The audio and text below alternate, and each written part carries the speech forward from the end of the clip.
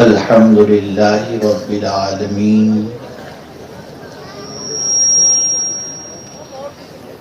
والعاقبة للمتقين والصلاة والسلام على سيد الأنبياء والمرسلين وعلى آله وأصحابه الطيبين الطاهرين أما بعد فأعوذ بالله من الشيطان الرجيم بسم الله الرحمن الرحيم لقد من الله على المؤمنين إذ بعث فيهم رسولا من أنفسهم يتلو عليهم آياته ويزكيهم ويعلمهم الكتاب والحكمة وإن كانوا من قبل لفي ضلال مبين صدق الله العظيم. قابل قدر سادات کرام، علماء ذوی الاحترام، حاضرین جشن، السلام علیکم ورحمۃ اللہ وبرکاتہ. میرے پیارے آقا صلی اللہ تعالی علیہ وسلم کے پیارے دیوانوں اور خواتین اسلام، جس آیہ کریمہ کی تلاوت کا میں نے شرف حاصل کیا، اس سے متعلق کچھ معروضات پیش کرنے سے پہلے آقا کریم رؤوف الرحیم علیہ التحیۃ والتسلیم کی بارگاہ بے کس پناہ میں جس طریقے سے میں پڑھاؤں، عقیدت و محبت میں ڈوب کر مرد حضرات بلند آواز میں اور خواتین اسلام پست آواز میں درود شریف پڑھنے کی سعادت حاصل کریں. الصلاۃ والسلام علیک یا رسول اللہ، السلام علیک یا رسول اللہ، الصلاۃ والسلام علیک یا حبیب اللہ، الصلاۃ والسلام علیک یا نبی اللہ، نبی اللہ، الصلاۃ والسلام علیک یا نور اللہ، السلام علیک یا نور اللہ، وعلی آلک واصحابک یا حبیب اللہ صلی اللہ تعالی علیہ وسلم. میرے پیارے آقا صلی اللہ تعالی علیہ وسلم کے پیارے دیوانوں، مجھ سے بیشتر علم پر ایک ایمان افروز کتاب آپ نے سماعت فرمایا. میں دل کی عطا گہرائیوں سے مولانا خان محمد صاحب کو ہدیہ تبریک پیش کرتا ہوں، جنہوں نے بچیوں کا ادارہ قائم کر کے کچھ ایسی بچیوں کو علم کے زیور سے آراستہ کیا جو بچیاں جہالت کی وادیوں میں بھٹک رہی تھیں، لیکن آج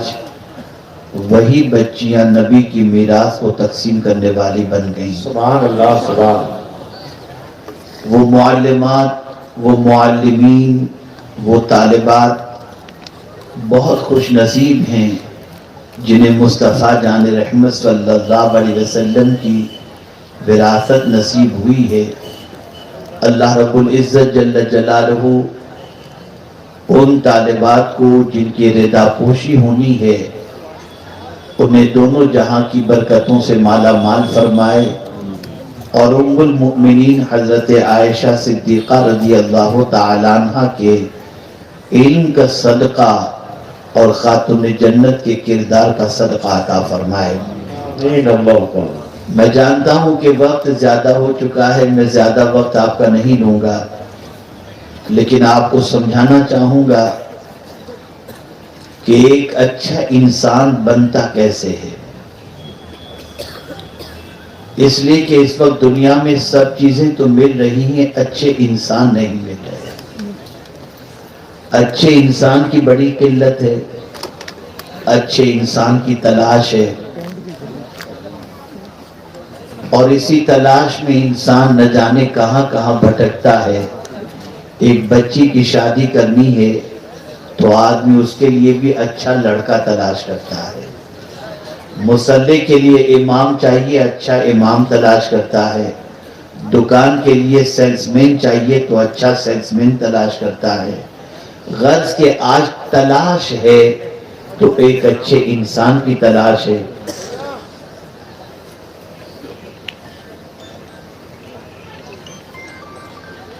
اور اگر نہیں مل پا رہے تو اچھے انسان، اس کو میں سمجھانے کی کوشش کروں۔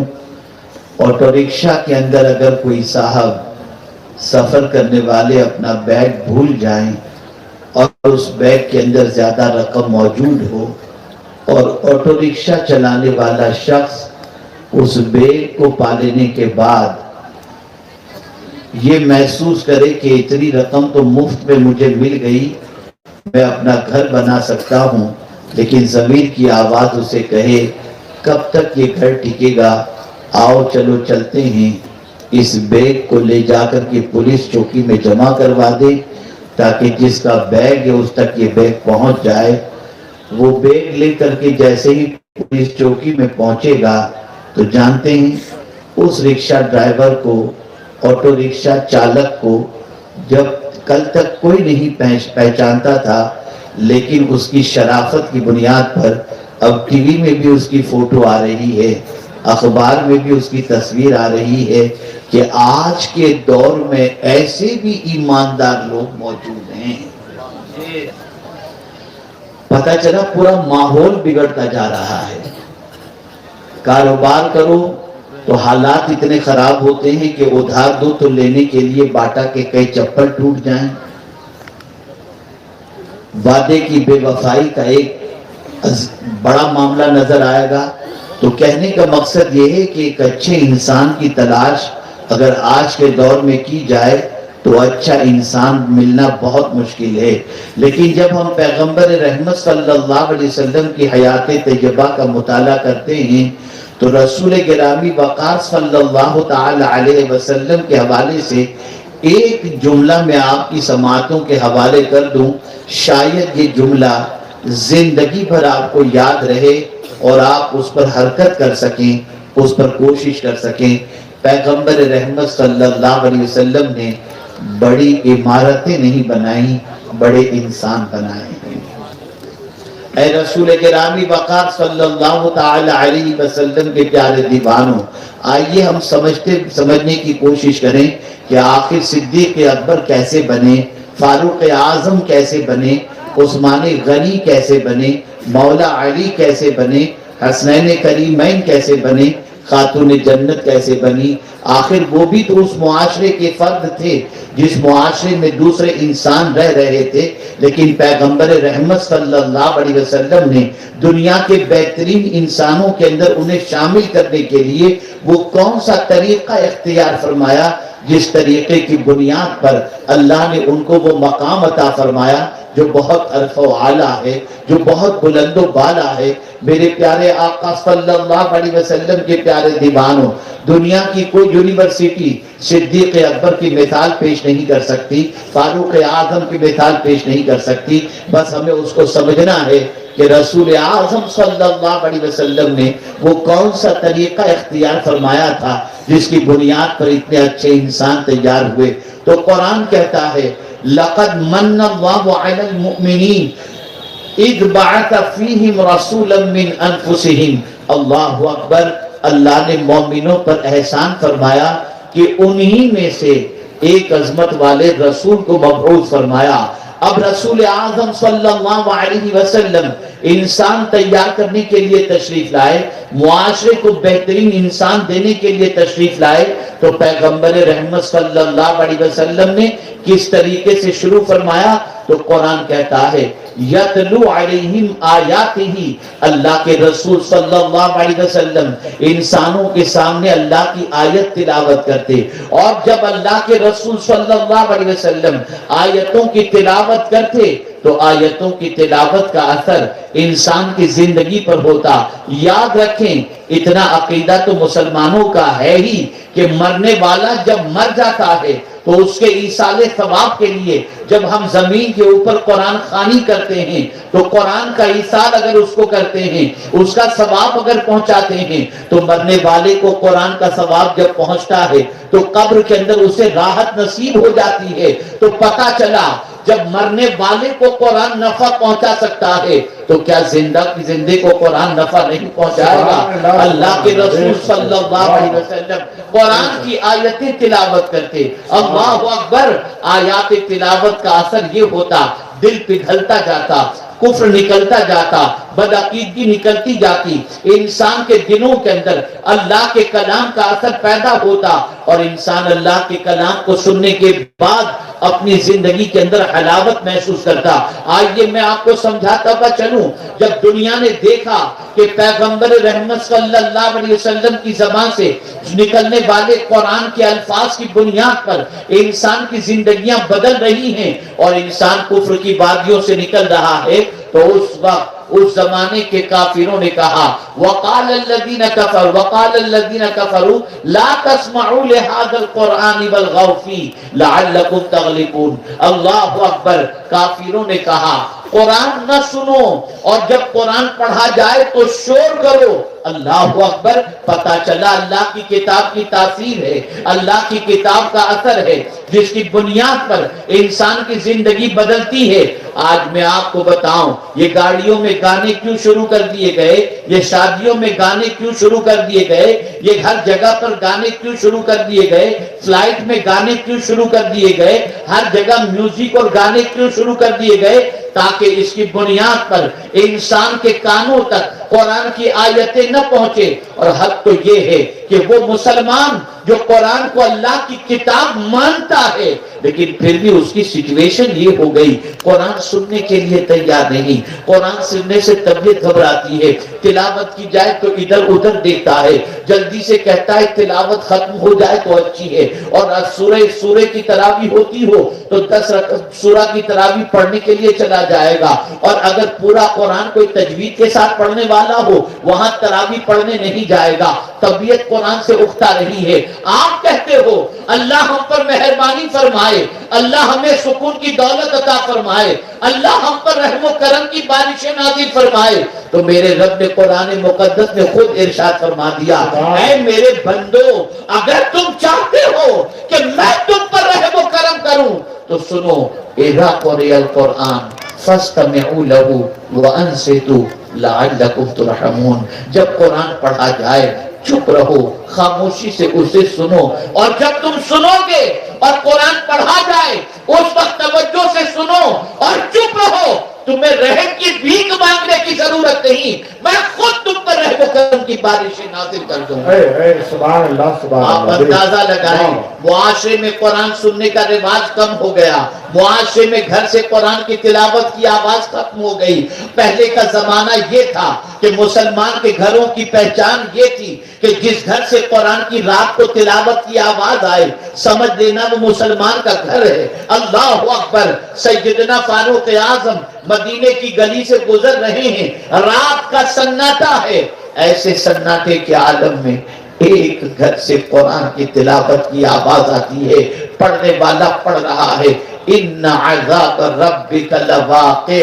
جیسے ہی یہ آیت فاروق اعظم کے کانوں سے ٹکرائی، فاروق اعظم پر غشی طاری ہوئی، بے ہوش ہو کر کے گر گئے۔ میں پوچھنا چاہتا ہوں ہمارے گھروں کی پہچان کل تک یہ تھی کہ ہمارے گھروں سے قرآن کی تلاوت کی آواز آتی، اور آج رات کو 2 بجے جس گھر سے گانے کی آواز آئے، سیریل کی آواز آئے، سمجھ لینا وہ گھر مسلمان کا گھر ہے۔ آپ مجھے بتاؤ آج ہمارے گھر کی دیواریں قرآن کی آیت سننے کے لیے ترس رہی ہیں، آج ہمارا گھر قبرستان بن چکا ہے۔ رسول گرامی وقار صلی اللہ علیہ وسلم فرماتے ہیں وہ گھر قبرستان ہے جس گھر میں قرآن کی تلاوت نہیں ہوتی۔ آپ مجھے بتاؤ ہمارا گھر قبرستان بن گیا، ہمارے گھروں کے اندر آج پوزیشن خراب سے خراب تر ہوتی جا رہی ہے، میاں بیوی کا جھگڑا، باپ بیٹے کا جھگڑا، یہ ساری چیزیں اللہ کی کتاب کی تلاوت سے گھر کو محروم رکھنے کی بنیاد پر ہے۔ اے رسول اعظم صلی اللہ علیہ وسلم کے دیوانوں، ہمارے یہاں تو یہ بھی سسٹم چل رہا ہے، یہ ہو گیا، وہ ہو گیا، فلاں ہو گیا، یہ پریشانی، ساری پریشانیوں کا علاج اللہ نے اپنی کتاب میں رکھا ہے۔ فرمایا جس گھر میں 40 روز تک سورہ بقرہ کی تلاوت کی جائے، شیطان اس گھر سے بھاگ جایا کرتا ہے، بلائیں اس گھر سے رخصت ہو جایا کرتی ہیں، پریشانیاں اس گھر سے چلی جایا کرتی ہیں۔ لیکن ہم قرآن کی تلاوت نہیں کرتے۔ اللہ اکبر، میرے پیارے آقا صلی اللہ علیہ وسلم کے پیارے دیوانوں، تو عرض یہ کر رہا تھا، رسول اعظم بہترین انسان تیار کرنے کے لیے اللہ کی کتاب کی تلاوت کرتے، اور تلاوت کا اثر انسان کی زندگی پر ہوتا، انسان کے دلوں پر ہوتا۔ اللہ اکبر، پہلے تلاوت کرتے اور پھر تلاوت کے ساتھ ساتھ رسول اعظم صلی اللہ علیہ وسلم جب دلوں کو موم محسوس کرتے، وَيُزَكِّيهِمْ، تو پیغمبر رحمت دلوں کو صاف کیا کرتے تھے، دل کا تزکیہ فرماتے تھے۔ یاد رکھیں، دل اگر گندا ہے تو وجود جو ہے وہ ہمارا پریشان ہو جائے گا، دل اگر بے چین ہے طبیعت بے چین ہو جائے گی، دل اگر ناپاک ہے وجود ناپاک ہو جائے گا۔ آپ کو میں بتاؤں، میرے پیارے آقا صلی اللہ علیہ وسلم نے ارشاد فرمایا، الا ان فی الجسد مضغۃ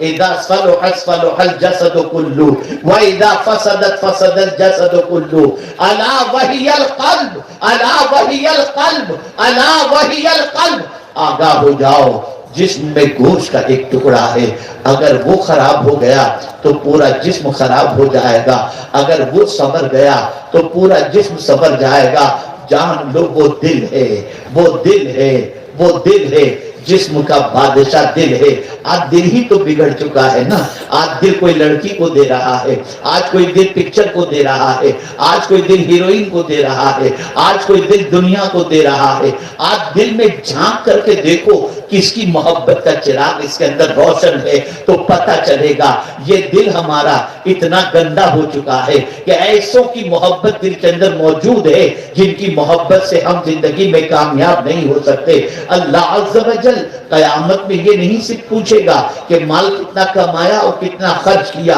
اللہ ارشاد فرماتا ہے ان السمع والبصر والفؤاد کل اولئک کان عنہ مسئولا، بے شک کان، آنکھ، دل، یہ سب کے بارے میں قیامت میں سوال پوچھا جائے گا۔ میں آپ سے پوچھنا چاہتا ہوں، اپنے دل میں جھانک کر کے ہم دیکھیں کہ ہمارے دل میں کس کی محبت ہے۔ آج گناہ کی محبت دل کے اندر، آج کینہ ہمارے دل میں، حسد دل میں، بغض دل میں، یہ ساری چیزوں سے دل بھرا ہوا ہے۔ یاد رکھیں، چہرے پہ داڑھی رکھنا سنت ہے، سر پر امامہ شریف باندھنا سنت ہے، مسواک کا استعمال کرنا سنت ہے، شادی کرنا سنت ہے، لیکن آج ایک سنت میں آپ کو بتا دیتا ہوں، سن لو۔ حضرت انس رضی اللہ تعالی عنہ سے پیغمبر رحمت صلی اللہ علیہ وسلم نے فرمایا، اے انس، تم سے ہو سکے تو صبح اس حال میں کرو کہ تمہارے سینے میں کسی مومن کے لیے کینہ نہ ہو۔ اور اے انس سنو، یہ میری سنت ہے، اور جس نے میری سنت سے محبت کی اس نے مجھ سے محبت کی، اور جس نے مجھ سے محبت کی وہ جنت میں میرے ساتھ ہوگا۔ اے رسول گرامی وقار صلی اللہ تعالی علیہ وسلم کے دیوانوں،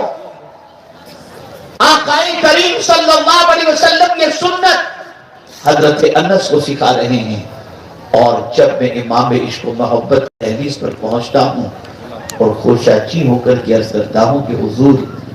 مجھے بھی کچھ بتائیں دل کے بارے میں، تو میرے امام کہتے ہوئے دکھائی دیتے ہیں، تو جو چاہے تو ابھی میل میرے دل کے دھلیں، تو جو چاہے تو ابھی میل میرے دل کے دھلیں، کہ خدا دل نہیں کرتا کبھی میلا تیرا۔ اور مانگتے ہیں تو کیا مانگتے ہیں؟ چمک تم ہمیشہ یہ سوچتی ہوگی کہ جب شادی میں میرا بیٹا پہنچے، میری بیٹی پہنچے تو اس کے کپڑے سب سے خوبصورت ہوں، وہ دکھنے میں سب سے اچھی لگتی ہو، اس کے جسم کے اوپر قیمتی لباس ہو، اس کے پاس اچھی جویلری موجود ہو، تاکہ میری بچی دوسری بچیوں کے کمپیر کے اندر بہترین نظر آئے۔ آؤ حضور سے پوچھتے ہیں یا رسول اللہ صلی اللہ تعالی علیہ وسلم، ماں باپ کی طرف سے اولاد کے لیے سب سے بڑا تحفہ کیا ہے؟ تو پیغمبر رحمت صلی اللہ علیہ وسلم فرماتے ہیں ماں باپ کی طرف سے اولاد کے لیے سب سے بڑا تحفہ اچھے اخلاق ہیں، جو آج ماں کے پاس دینے کے لیے نہیں، باپ کے پاس دینے کے لیے نہیں۔ باپ کے پاس بھی ٹائم نہیں، ماں کے پاس بھی ٹائم نہیں۔ بدلو، لباس سے عزت نہیں ملے گی، اخلاق سے عزت ملے گی۔ اس لیے اپنے بچوں کو اچھے اخلاق سکھاؤ، ایک اچھا انسان بنانے کے لیے، ایک اچھا انسان تیار کرنے کے لیے دل کا تزکیہ ضروری ہے۔ اچھے برے کی تمیز بتاؤ۔ میں آپ کو بتاؤں، سوئٹزرلینڈ کے ایئرپورٹ پر میں ڈیوٹی فری شاپ کے اندر اپنے بچوں کے لیے کچھ لینے کے لیے دکان پہ گھوم رہا تھا اور چیزیں لے کر رہا تھا۔ ایک نئی مسلمہ عورت جس کو اسلام قبول کیے ہوئے زیادہ ٹائم بھی نہیں ہوا تھا، اس کا 5، 4 یا 7 سال کا یا 6 سال کا بچہ ہوگا، وہ دکان جو چاکلیٹ کی تھی اس میں سے ایک چاکلیٹ اٹھاتا ہے اور اپنی ماں سے کہتا ہے ماں مجھے یہ چاکلیٹ چاہیے۔ وہ نئی مسلمان ہونے والی عورت اس چاکلیٹ کے جو ہے اوپر لکھے ہوئے کنٹینٹس کو ساری پڑھتی ہے اور پڑھنے کے بعد اپنے بچے سے کہتی ہے بیٹے یہ چاکلیٹ اپنے لائق نہیں، اس لیے کہ اس میں حرام چربی کی آمیزش ہے، ملاوٹ ہے۔ میری آنکھوں میں آنسو آ گئے اور اس عورت کو سلام کرنے کو جی چاہا کہ اللہ اکبر، نئی مسلمہ عورت تو اس حد تک خیال کرتی ہے کہ میرے بیٹے کے حلق کے نیچے حرام کی چیز نہ پہنچے، لیکن پیدائشی مسلمان عورت تو کہتی جو ملے کھاؤ پیو اور موج کرو، ہے خیال۔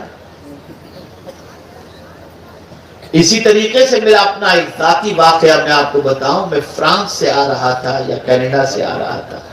فلائٹ میں تھا، 4 لوگوں کی سیٹ تھی، میں کونے کی سیٹ پر تھا، میرے بازو میں ایک آدمی تھا، اس کے بازو میں اس کی بیوی، اس کے بازو میں اس کا بچہ۔ مائیں غور سے سنیں، جب بچے کا کھانا آیا، بچہ 3 سال کا مشکل سے ہوگا، بچے کا کھانا آیا تو ماں اپنے بچے کو کھانا کھلا رہی ہے، لقمہ منہ میں رکھتی ہے تو کہتی ہے بسم اللہ الرحمن الرحیم، پڑھو بیٹا، بچہ بسم اللہ شریف پڑھتا ہے۔ پھر جب وہ چبا لیتا ہے لقمہ تو ماں کہتی ہے پڑھ بیٹا الحمدللہ، بیٹا کہتا ہے الحمدللہ۔ پھر دوسرا لقمہ تیار کرتی ہے، بیٹے کے منہ میں رکھتی ہے، بول بیٹا بسم اللہ، بچہ بسم اللہ بولتا ہے، لقمہ چبا لیتا ہے، پھر ماں کہتی ہے بول بیٹے الحمدللہ، بچہ کہتا ہے الحمدللہ۔ میں حیران ہوں کہ یہ ماں بھی بڑی عجیب ہے، ایک بار بسم اللہ ہو گیا، پیٹ بھر کے کھلا دیتی، پھر ایک بار الحمدللہ کہلوا دیتی۔ ہر لقمے پر اپنے بیٹے کو بسم اللہ اور ہر لقمے کے کھا لینے پر اپنے بیٹے کو الحمدللہ پڑھا رہی ہے۔ مجھ سے رہا نہیں گیا، جب وہ بچہ کھا چکا، کھانا ختم ہو چکا، تو میں نے اس بچے کی ماں سے اس کے باپ کے ذریعے مخاطب ہو کر کے میں نے پوچھا کہ یہ میری بہن جو کھلا رہی تھی ہر لقمے پر بسم اللہ اور الحمدللہ کیوں پڑھا رہی تھی؟ ایک بار اگر کہہ دیتی تو کافی تھا۔ اب جواب سنیے اس عورت کا، وہ عورت کہتی ہے میں آج دیکھ رہی ہوں معاشرے کے اندر مسلمان ایک بار بھی کھانے سے پہلے بسم اللہ نہیں پڑھتا اور کھانے کے بعد ایک بار بھی الحمدللہ نہیں پڑھتا، تو میں نے سوچا بچپن سے ہر لقمے پر بچے کو پڑھنے کا عادی بنا دوں تاکہ کم از کم بڑا ہونے کے بعد ایک بار تو پڑھے گا، ایک بار تو پڑھے گا۔ کیا مائیں ان چیزوں کی فکر کرتی ہیں؟ ہاں، اب ہماری وہ بچیاں فکر کریں گی جو آج انشاءاللہ رضا پوشی جن کی ہو رہی ہے۔ وہ بچیاں معاشرے کے اندر یہ جذبہ پیدا کریں گی جن بچیوں نے آج علم کے زیور سے اپنے آپ کو آراستہ کر لیا ہے، یاد رکھو آج ضرورت اس امر کی ہے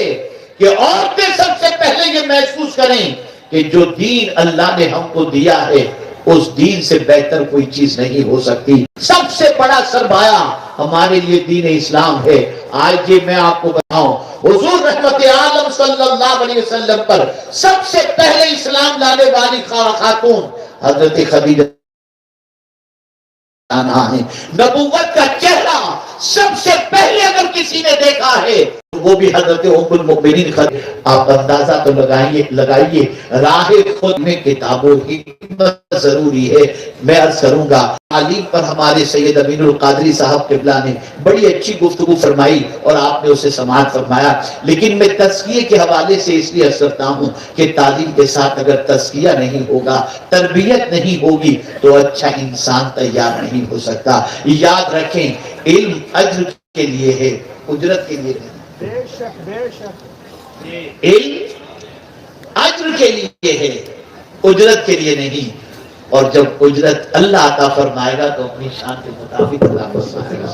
اور انسان دے گا تو اپنی حیثیت کے مطابق عطا۔ اسی لیے ہر نبی نے کہا لا اسألکم علیہ اجرا، ہر نبی نے کہا۔ اور پوری دیانتداری کے ساتھ کہتا ہوں کہ لاک ڈاؤن کے زمانے میں ایم بی اے کیے ہوئے، ایم اے کی ڈگری رکھے ہوئے لوگ سبزی بیچتے تو دکھائی دیے، لیکن کوئی حافظ قرآن سبزی بیچتا دکھائی نہیں دیا۔ وجہ سب سے بڑی یہ ہے کہ اللہ جس کے پاس نبی کا دین ہوتا ہے اس کی عزت کی حفاظت فرماتا ہے۔ یاد رکھیں، بس ایک آخری بات عرض کر دوں اس لیے کہ میں محسوس کر رہا ہوں، اور بچیاں بھی شدت سے اس کا انتظار آ رہے تھے، پیسے پیمنٹ کر رہے تھے، مال کے اندر وہ عورت پیدائشی مسلم بچی کام کر رہے تھی، آتے تھے لوگ پیسے دیتے تھے، مال لیتے تھے، چلے جاتے تھے۔ ایک برقع پوش خاتون نقاب کے اندر جب اس کی باری آتی ہے تو پیدائشی مسلمان بچی جو ہے وہ اس عورت سے کہتی ہے لگتا ہے تو بے پردگی پھیلائی جا رہی ہے، مغربی کلچر یہاں کی مطلب۔ بچی نے کہا لگتا ہے کہ تم سعودی سے آئی ہو، اس کہ کوئی وہاں پر نہیں ہے، نقطاتی ہے۔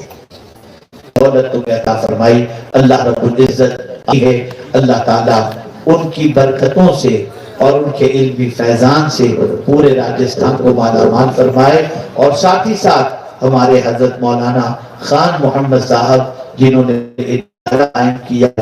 اور ان کے ساتھ جو ان کے رفقا ہیں جنہوں نے محنت و مشقت کی اور جو قربانی دے رہے ہیں، ان سب کو اللہ دونوں جہاں کی بھلائیاں نصیب فرمائے، دونوں جہاں کی برکتیں نصیب فرمائے۔ وما علینا الا البلاغ المبین۔ ایک بات اور عرض کر دوں کہ ماہ رمضان شریف نزدیک ہے، ہمارے بہت سارے بھائی اور بہنیں ماہ رمضان کے اندر کھیل کود کرتے ہیں، یعنی رمضان کی راتوں میں عبادت کرنا چاہیے تو کیرم کھیلنے میں گزارتے ہیں، لوڈو کھیلنے میں گزارتے ہیں، انہیں یہی نہیں معلوم کہ ماہ رمضان کیسے گزارے۔ تو الحمدللہ ایک کتاب جس کا نام ہے ماہ رمضان کیسے گزاریں، وہ ہندی زبان میں کتاب آپ کو باہر مکتبہ طیبہ پر ملے گی، آپ ضرور اس کتاب کو خریدیں، اور اللہ نے دولت دی ہو تو اس کتاب کو خرید کر لوگوں کے اندر بانٹیں